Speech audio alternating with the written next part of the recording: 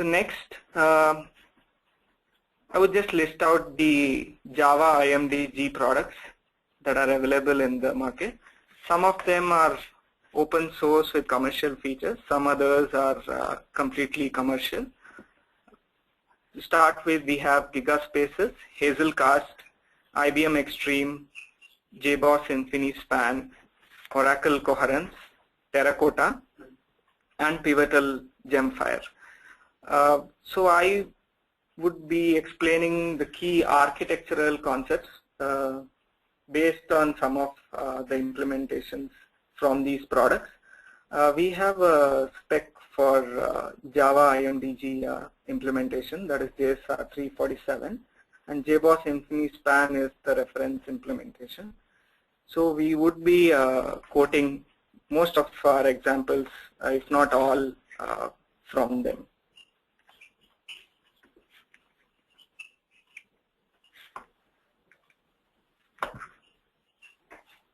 So what are the key architectural concepts behind the working of an IMDG? So firstly, it is peer-to-peer communication and not a master-slave communication between the nodes in an IMDG. So now that we have the nodes in place with in-memory, they would need to detect each other. As in, if a new node joins, I should be in a position to detect it as part of my data grid network, share data, and the data should be up and running to process requests. So how does the discovery happen? So in case of InfiniSpan, it works in two modes. One is either it can be embedded directly into the JVM, or you could host them as remote instances in a grid-like, in a cluster-like network. So InfiniSpan makes use of JGroups messaging model, wherein multicast messages are sent across, and whenever a new node joins, it would send across this message, and the other nodes are able to discover and connect to them. How about when a node goes down? So how do you detect? So we have a point-to-point heartbeat mechanism, wherein if the adjacent nodes are not giving out heartbeats, then quickly we swarm the network with messages to check, multicast messages to check if all the nodes are alive. So based on the number of nodes that respond, the load is distributed, and this is how recovery takes place in case of an IMDG. So how is data stored in an IMDG? So do we end up storing all the data in all the nodes or only in some nodes? So there are two main differentiations among data storage. One would be replication, wherein each object in each node is also present in each and every other node in the cluster. So what this does is high availability, as a result of which any read operation becomes local to that node, and hence the performance is high for read. Whereas in case of a write, I would need to push the update to each and every node. So this could be a costly operation. So in order to overcome this, InfiniSpan tries to send UDP multicast messages, whereas a single broadcast is good enough to send an update to all the nodes. So what is the other way of dealing with data storage? So we could have it distributed, wherein you could have a single node with a backup node, and both of them being owner nodes for a set of data. So this way, whenever one of the nodes goes down, you could quickly recover by the data from the backup node. So there is no master-slave relationship. However, all I'm trying to say here is the data may be distributed across one or two backup nodes, but all of them are equal when it comes to handling requests. So let me just revisit the slide again. As you can see, the first row talks about partitioned space, wherein the data is unique to that particular node and not shared across others. So this is essentially how some of our traditional RDBMS systems have data in them. So they do not have any kind of replication.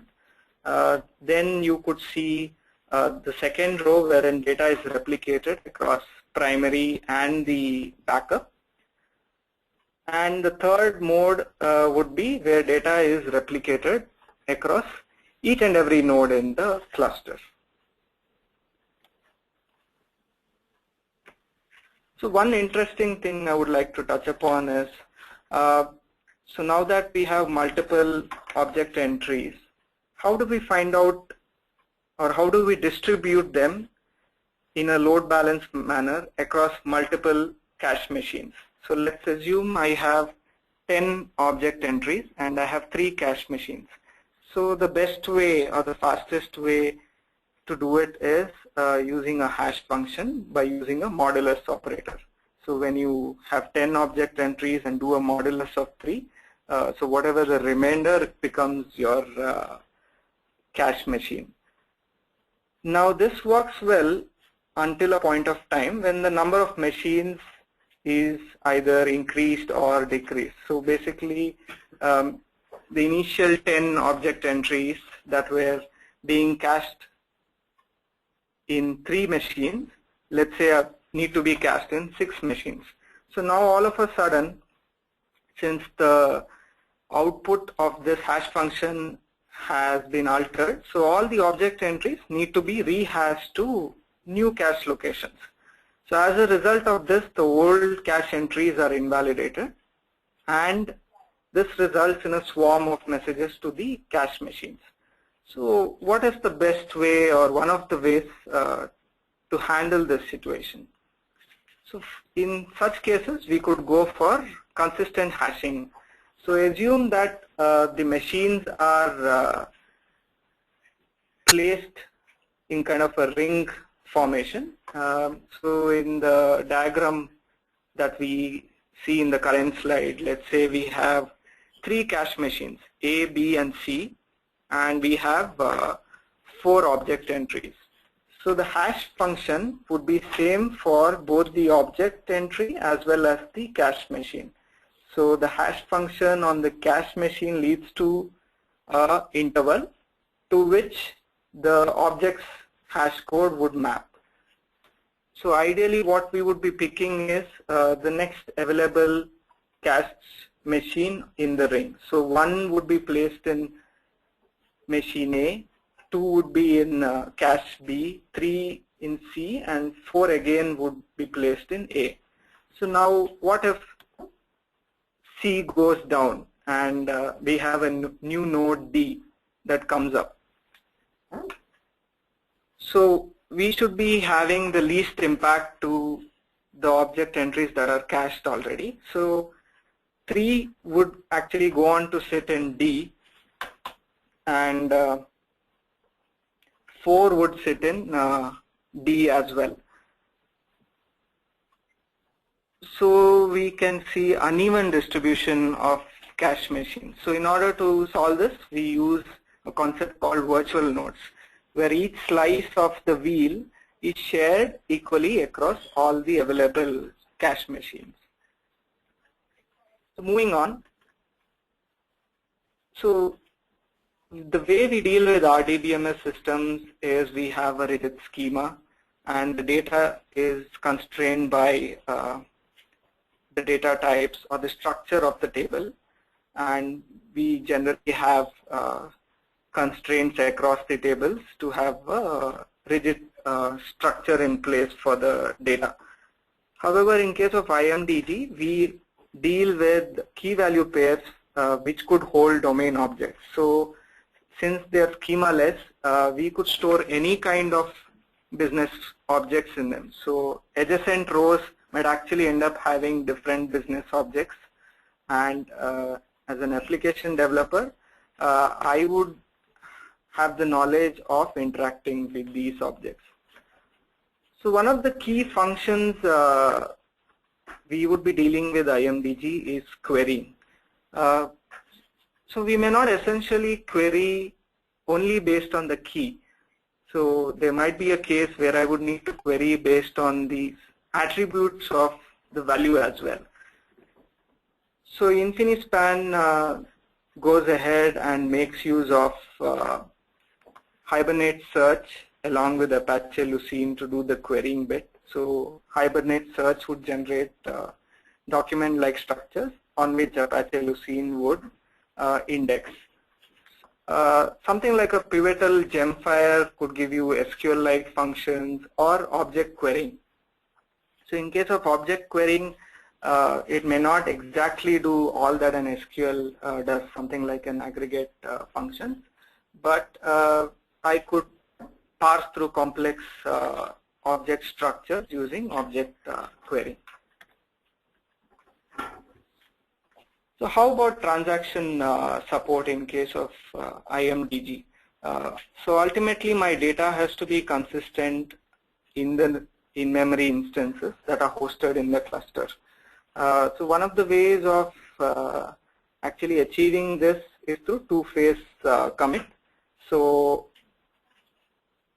the underlying locking mechanisms to achieve this depends on the scenarios. So InfiniSpan makes use of optimistic strategy as the default, wherein you retrieve the row without the lock, you modify the row, and if none of the participating nodes object to a commit, you acquire the lock and then go ahead and commit.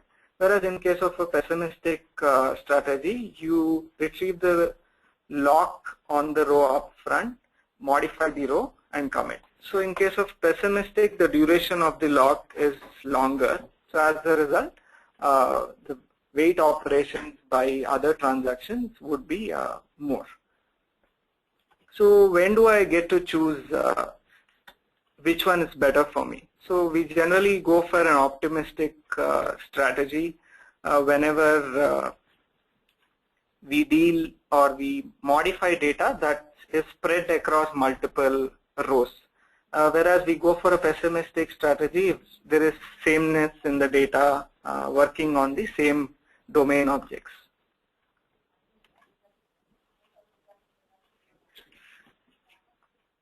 So another key concept I would like to touch upon is serialization. So even though we directly deal with data in memory and not the disk, we would need to transfer data across the network as well as between the peers. So either we could have the data back to a traditional RDBMS, which is not mandatory, but it could be used as a backup store. Serialization and deserialization would come into picture. So the way InfiniSpan does it is it generally has magic numbers for the default data types which InfiniSpan identifies, and at the same time it also lets the application developer write externalizers in order to come up with magic numbers for their custom objects. So what is the whole purpose of using these magic numbers? So in case of Java serialization, which is quite slow, and it generates multiple bytes. So these multiple bytes would need to be transferred across the network. In order to overcome this, the magic number mechanism generally deals with maybe a single byte transfer across the network. So in case of Pivotal Gemfire, they use a concept called as portable data exchange for serialization. So different implementations have their own way of transferring data across the network. So last but not the least, I would like to touch upon where the logic resides in case of IMDG. in case of traditional RDBMS systems, we generally get most of the data and process it in our code. As the data size increases, this leads to a lot of network communication, serialization, deserialization, as mentioned already. Whereas in case of IMDG, the logic to process the code is present in the in-memory instance. So each in-memory instance can do the processing, kind of a map reduce, and basically arrive at the merged results from each of the instances. So in a well-formed IMDG topology, the data transfer across is kept at minimal, and each operation is as good as a local operation. So these were some of the key architectural concepts behind the working of an IMDG. So that's pretty much what I had. So